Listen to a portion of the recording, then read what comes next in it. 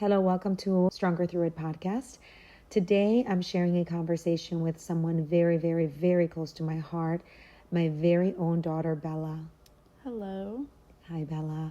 Before we get started, I just wanted to thank you for opening up and sharing your story forward. I know that going through moments that almost break us is hard in its own. So thank you for choosing to be brave and vulnerable and open up. Your story starts fast and intense. Can you share with us a little bit about how did you meet him?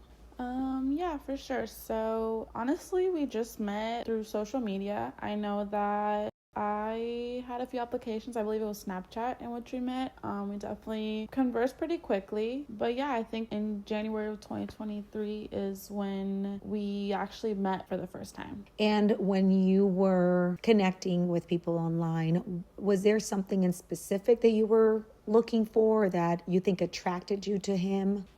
Well, when we first started talking, I was looking for something at the time more of like a serious relationship. Okay. And I think that's where we kind of connected. He said that he was also looking for the same thing, and at the time, everybody else that I was talking to was just kind of not looking for that. So that's what caused me to be more interested in him. And you were attracted to him as well. Yes, for sure. Okay. Well, tell us a little bit about how quickly the manipulation and control started. What were some of the initial flags that you noticed? I know a lot of women romanticize the whole fact of, oh, he gets jealous, like that's so attractive, but it's really not. That's the first thing that I kind of noticed in him, is that he would get jealous easily, whether it be somebody at a restaurant looking at me or even just spending time with my family. I'd start to notice that he was very much like, oh, why aren't you spending time with me? Or definitely another one that girls romanticize is he's looking at my location, which is another one that it's not romantic. He was definitely always hitting me up saying, where are you? Why are you here? Kind of questioning me for little things like that. But like I said, at the time, I was romanticizing those things like, oh, he cares about where I am, or he cares about me, like he wants to spend time with me. But I would definitely say those were the first flags that I now would recall them as red flags. Did his tone change? So, for example, initially, right, you start sharing locations on your phone, right? And then initially, was he more of a curious tone and then became a little bit more of a controlling tone? Or was he always just controlling and you were just kind of ignoring it? I think he was definitely always controlling, I would say. And you could tell from his tone, like he would get really upset fast. It was like a short fuse. But like I said, in that time I was romanticizing a lot of it. I just, graduated high school. I was looking more to live my adult life in more of a relationship type of style. So didn't really pay attention too much to his tone. But like I said, now looking back, I would definitely say it was very controlling.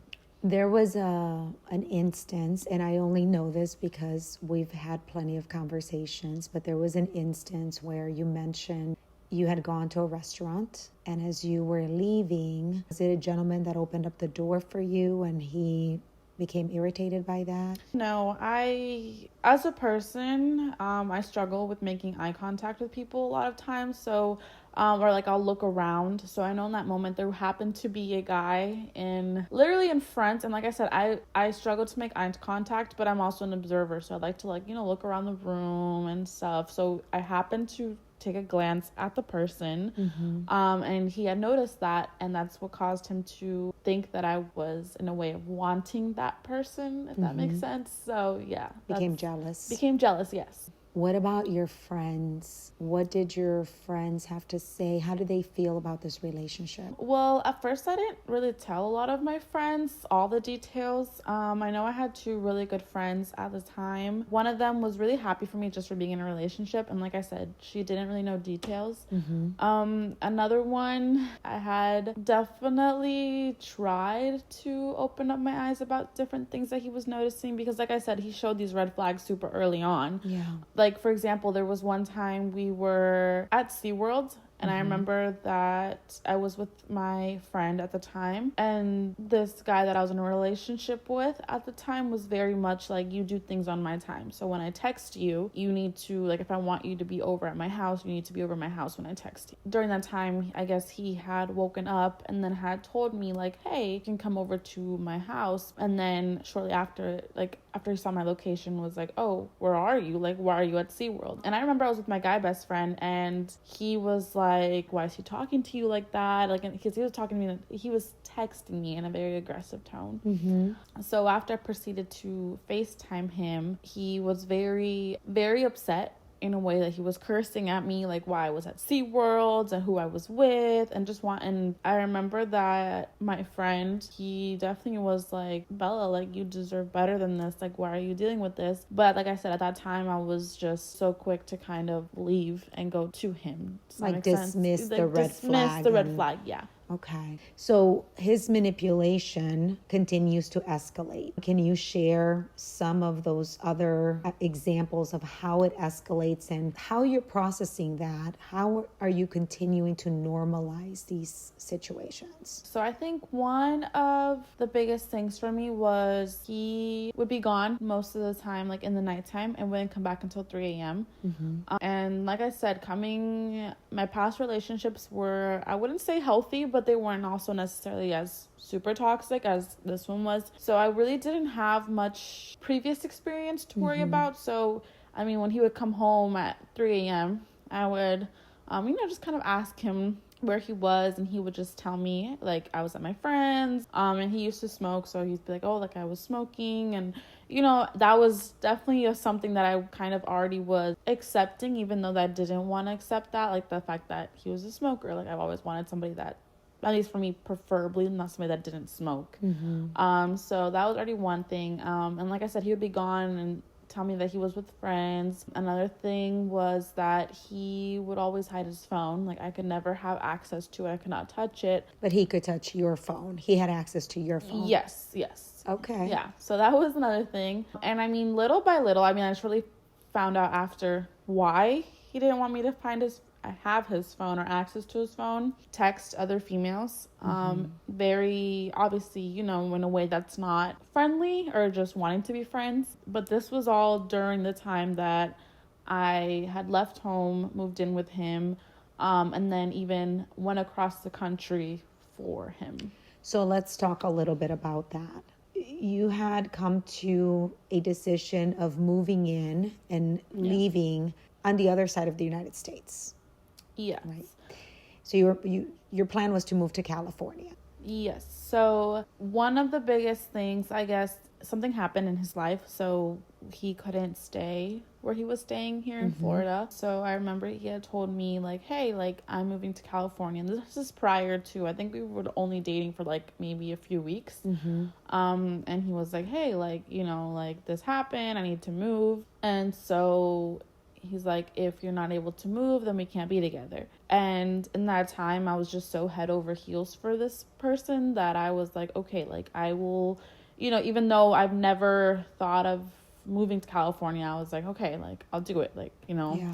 And one thing for me that was definitely something I want to do is leave the right way. Like, tell my mom, kind of have like a plan in action. And like I said, I didn't even know where I was staying or anything like that. But he was the type of person that he didn't like to wait. Like, he wanted things when he wanted things. So I remember there was one night that we were arguing consistently, just us hanging out. He had specifically told me that if you don't move in with me, then you're showing me you don't want this. Like, that you don't want to be with me. And as somebody that, like I said, was desperate to be in a relationship with this person, I took action and decided to, move in with him despite, like, I literally aborted my plan of how I wanted to do things. Yeah. And then was like, okay, like, now I'm going to do, like, I'll, do things at your timing.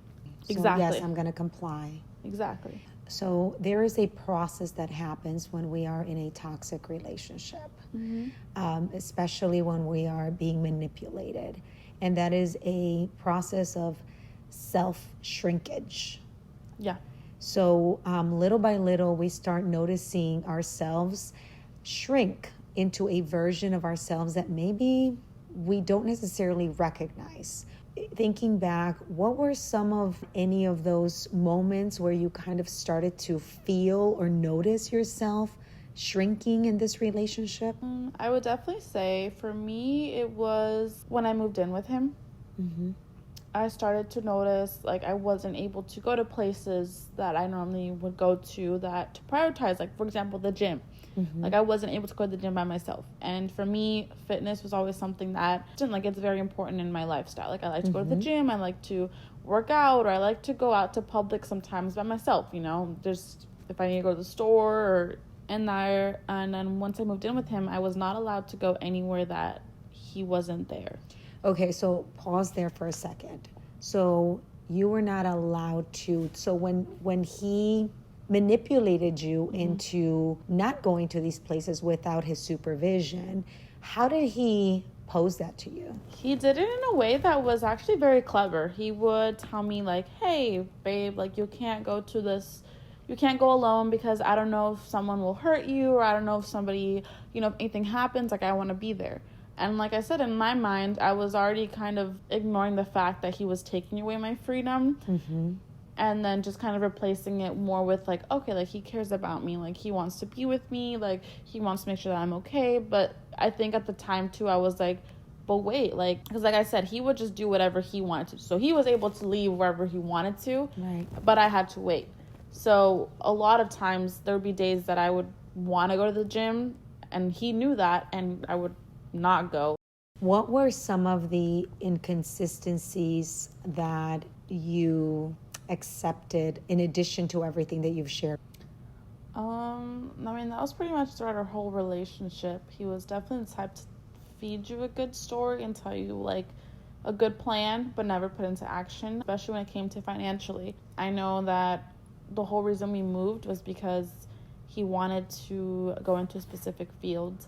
And to make a long story short, we get to California and he completely changes up the plan, saying, no, I'm going to do this now. Like, I'm going to work in this field. And then once again, like, not even a few weeks later, it was like, no, like, I'm not going to do this. Like, I'm going to do this. And that was just consistently throughout our entire relationship for 2 years. He was just always changing up the plan, and we had to do his plan. Yeah. Okay. So fast forward, go to California, and then things don't work out as planned. So you come back to Florida. Yes. And then what happens? So it was around October that we came back to California, and to Florida in 2023.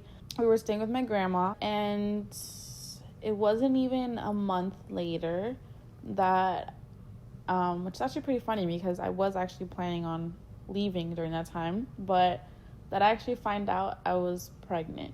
So I didn't know that. I didn't know that you had already kind of started to question the validity and the, your long-term future with this person, right? So, and then bam, you get pregnant. And then does the manipulation continue? Does it escalate? How would you describe that? So it's actually pretty funny because I remember the day that I found out, it was actually his birthday. So I remember I went in just to get a regular checkup, and then that's at the OBs when they told me, like, hey, like, you're pregnant. And so they weren't able to, like, they gave me time to process it. So I get in the car, and then I drive back to the apartment that we were staying at with my grandma. And I don't know how he's going to react. I was kind of at a point in my life, if he doesn't want it, like, I will do what I have to do.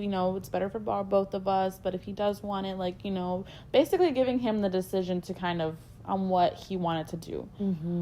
So I get to the apartment, and he was asleep. So I wake him up, and I'm like, hey, like, I have some news, like, like what we could talk about like the next day, but I just wanted to let you know to prepare you. And obviously, like I said, you tell me when I want you to tell me. So I gave him the news, and when I tell you, this was like the most insane. Like, he was excited. Like, he got up. He was like, like, yes, I'm gonna be a dad. Like, super blown out excited. And I'm over here like confused because You know, Oh, I was boy. definitely in the mindset of like thinking that obviously given our situation, we were sleeping in an air mattress in my grandma's apartment. Like Right. this is not good news for us. You know, this Right. is, if anything, this is news that, you know, is kind of like, what are we doing? I remember going back to the story. I remember that one of the biggest things is I broke down crying to him. I said, listen, like, if we're going to keep this baby, I was like, I need you to not text any other females, because he was also texting females throughout the entire time we were together at that point, even when I moved to California. And I remember he looked at me and said, I promise I won't.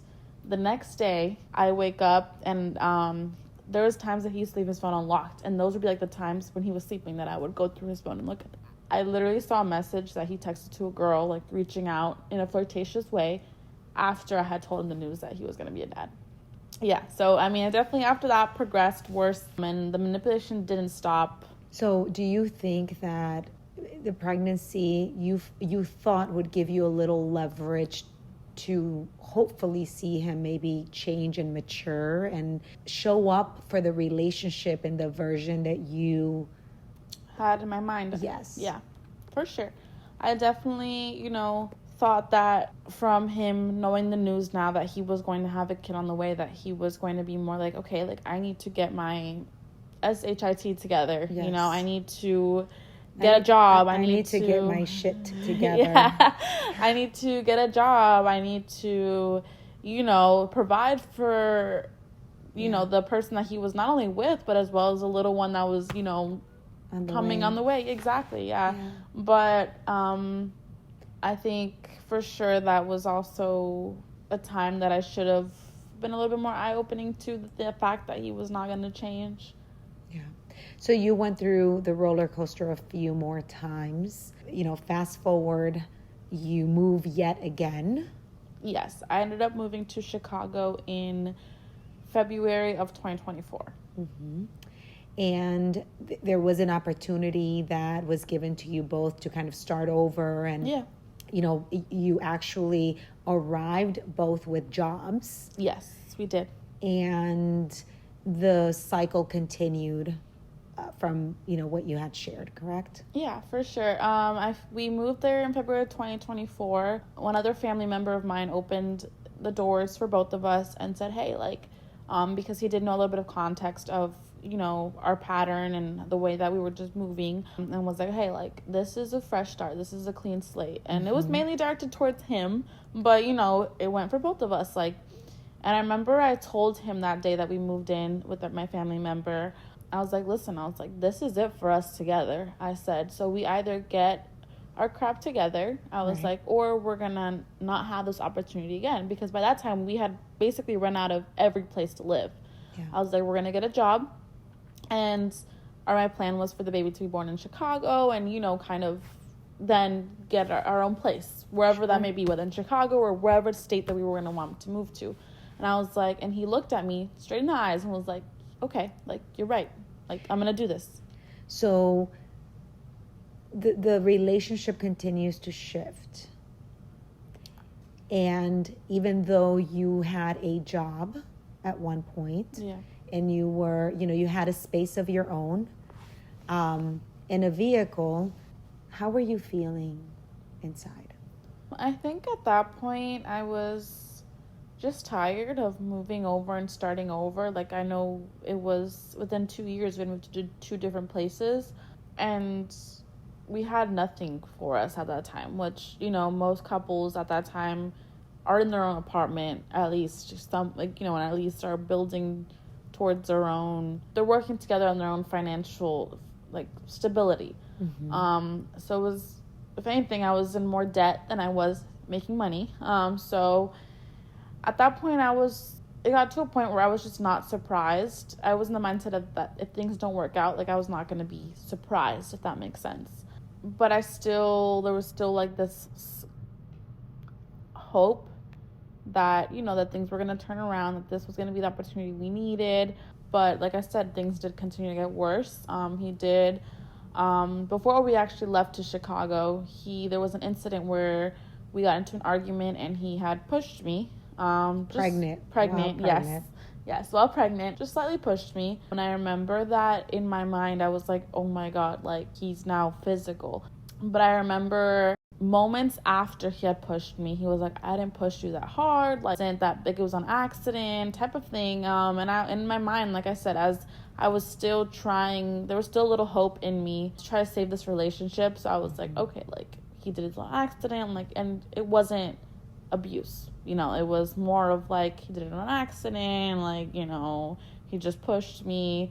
But definitely throughout my time of being in Chicago, because I was in Chicago until May of 2024, it progressively got worse when I know a lot of women here like, oh, like if he does it once, he'll do it again. And we tend to not listen to that. I didn't listen to that.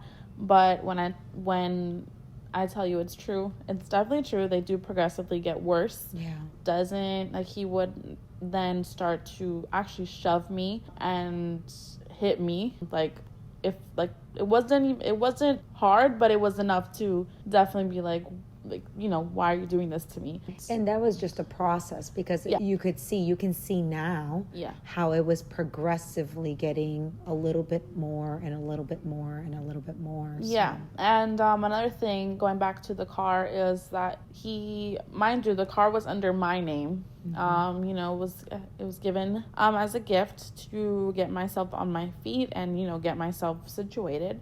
And he eventually ended up taking over the car. Like, I was not able to have access to it. I didn't even have like the keys half the time. He would take it whenever he wanted to, give it back whenever he felt like he was done with it. And even then, maybe out of the 3 to 4 days he would use it in a row, I maybe had the car for like maybe 2 to 3 hours before he would take it again. And he would just take possession of your keys. Like he would just grab them from me. Not even say, hey, baby, can I borrow your car? No. Okay, Bella, so something happens and you find yourself moving again. What happens next? Well, per usual, we came to that. I mentioned earlier, like, telling him that this was our last opportunity. Well, he ended up ruining that opportunity for the both of us. Well, not for the both of us, just for himself. And ended up getting kicked out of the place that we were staying at. So I remember at the time just thinking to myself, like, you know, my kid is literally about to be born within 2 months. Like, I have nothing for him. You know, just more of like, what am I doing? Like, why am I still trying to save someone that clearly has shown me that they don't want to be saved? Do you think that was your breaking point? Definitely not. We were getting there. I think we were opening up to some clarity. But that's why I remember I decided to come back home and just kind of, you know, get myself out of an environment that was just super toxic and that I needed just to breathe. So I remember I moved back to Florida in May of 2024, but still during that time I was still having contact with him because he had stayed in Chicago. And this was after sacrificing so much stuff. I had sacrificed my car, I had sacrificed obviously a lot of things that had friendships, a lot of things, your own goals. And so I remember that I was just really excited to be back home and just, like I said, out of that toxic space. But we were still remaining with contact, you know, because that, like I said, his plan would change. And the new goal was that he was going to work in Chicago. And then once he got his own place, would then have me, you know, move back over. So it was like a time for him to prove that he was the man that, in my mind, I was like imagining the whole time. Yeah. Once again, he didn't pull through. If anything, I found out that he was actually staying with another female in Chicago and having basically a whole relationship with her. While still luring you on. While still basically saying we're in a relationship. Just like a long distance type of thing. Yeah. So fast forward in July of 2024 is when my baby was born. And that, I would say, was probably a little bit of a breaking point for me. They do say that, you know, once you become a mom, your mindset does change. So I would say after that, while there were times that I did slip up a little bit, it was like I felt more guilt for talking to this person like who had, you know, clearly shown me that he wanted nothing to do with me or my kid, that he just wanted to use me financially. That guilt definitely came from, you know, being a mom and seeing my baby and like realizing that I didn't want him to, I didn't want my baby to see anything that was happening. Now, let me ask you something, because there are women that stay in these relationships, even in spite of knowing that this is a toxic environment. They struggle with, the decision of having this parent present. What would you say to someone in that position? For sure, I think one of the things that definitely led me to be where I'm at today and my position of just having zero contact and just raising my kid by myself was just the mindset that just like, there was a saying one time that it's hard to leave, but it's even harder to stay. And I think that because I feel like a lot of times you hear people like, oh, just leave. But for a lot of women, especially women who have gone through or are still like dealing with narcissistic behavior from these men, like we're literally brainwashed. Like our whole mindset has changed, and it's hard for us to hear something like that and be like, okay, like I'm going to grab my stuff and leave, especially when it comes to kids involved, like there's babies involved. And as somebody who grew up with my biological mother and father being separated, that was always another thing. The reason why I stayed so long was because I was in that mindset, like, I didn't want that for myself. Like, there was so many times that I was like, I didn't want that, even though I had the blessing of having a father who stepped up, and was in my life.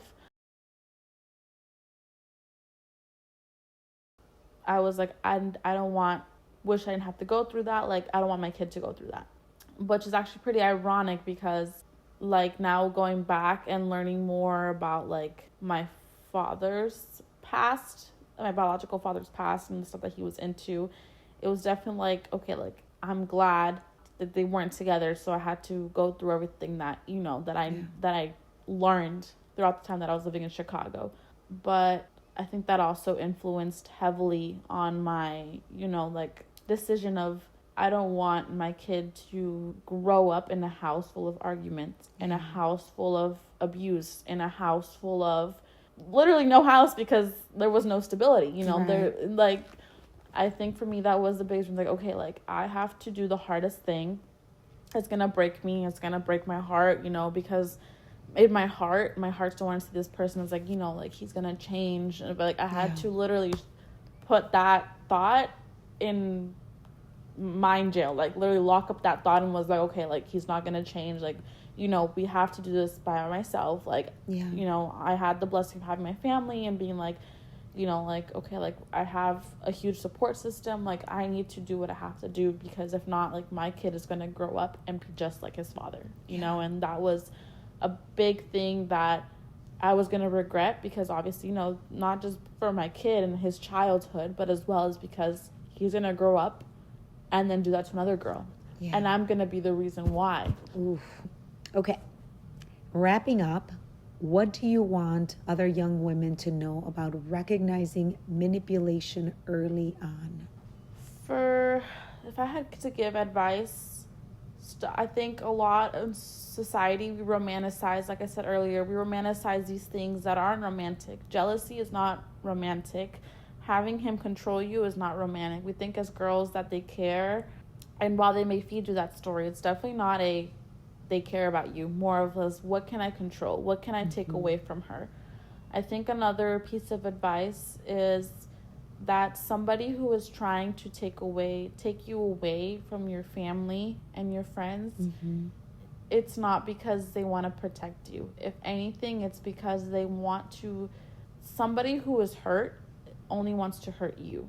Ooh, that's They true. don't want to build you. So do not dismiss any red flags, whether it's small or, something crazy. Do not dismiss it. I know there was, even if they show that from the beginning, or no, it doesn't matter how badly you want a relationship, how badly you want someone to like you, the moment that they show you something, leave. Because when people say it gets worse, it gets worse. It gets worse. And as somebody who went through that and doubted that for the longest time, don't wait to get baby mama to find that out for yourself. That would be my advice. Don't get baby mama to find out. Oh my gosh. Bella, I just want to say that I am beyond proud of you. I am proud of the woman that you are continuing to evolve into. And we're always in that journey. Thank you for sharing. Thank you for, again, being vulnerable, because what you're doing is not easy. It's very, very difficult. And if you're a young woman and you're listening to this podcast and Bella's story, and you see some alignment, maybe in something that you're going through, as Bella mentioned, don't wait. Don't live in a place of hope, hoping for it to change tomorrow. You deserve love that lifts you up, not tears you down. Trust your instincts and know that you are stronger than you give yourself credit for. Thank you all for listening. Until next time.